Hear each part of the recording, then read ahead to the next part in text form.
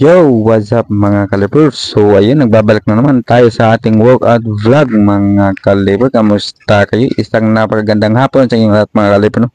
So ayun, so itong pangunahing pinakita ko sa inyo sa video mga kaliper is hindi ito yung main talaga na vlog natin ngayon mga kaliper, no? Sa vlog na ito. So marami kasing nagtatanong mga kaliper, ano yung pinakaunang workout talaga na ginawa ko mga kaliper para sa aking jump, para sa pag build ng aking jump mga kaliper. So ayun, ito na, sasagutin ko na yung katanungan ng mga kaliper, no? So ito yung pinakauna talagang ginawa kong workout mga kaliper, squat. So ayun, pero mga kaliper, yung unang binuhat ko mga kaliper is hindi ganyan kabigat mga kaliper, no?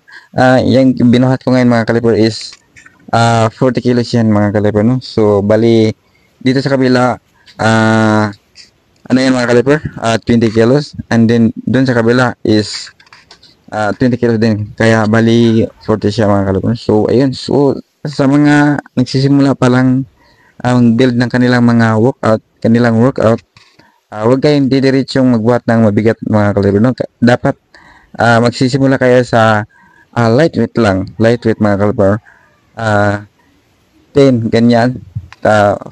So ganyan lang mga kaliper, no? Huwag kayong didiretso ng mabigat, baka ma-injury kayo mga kaliper. So ayun, okay.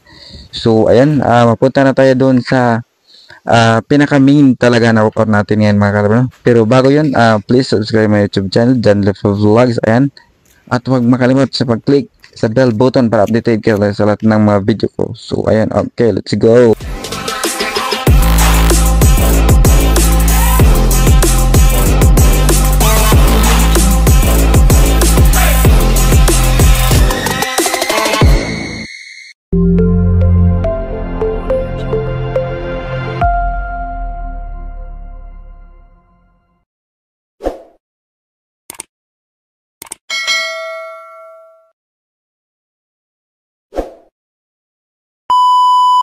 Okay, so ayan mga kaliper, no? So ito talaga ang pinaka main na vlog natin ngayon mga kaliper, no? Ang gagawin ko ngayon mga kaliper is magdadunk na naman tayo mga kaliper. So ayun, okay. So ang gagawin kong dunk ngayon mga kaliper is mahirap-hirap din to mga kaliper, no? Hindi kagaya nung nakaraan mga kaliper, is hindi talaga masyadong kahirapan yung mga kaliper. So ito ngayon mga kaliper is dinugtong ko mga kaliper yung upuan at saka yung tabo mga kaliper, yung balde. So ayun, dinugtong ko para mataas-taas siya mga kaliper. So ayun, so nung una mga kaliper is nagdadalawang isip talaga ako kung magagawa ko mga kaliper, no? Dahil mataas nga siya mga kaliper. Pero so ayun, bahala na. So yun, ginawa ko talaga mga kaliper. So, boom, ayun, na-execute ko talaga siya na maayos mga kaliper, no? Hindi smile yung pa ako mga kaliper.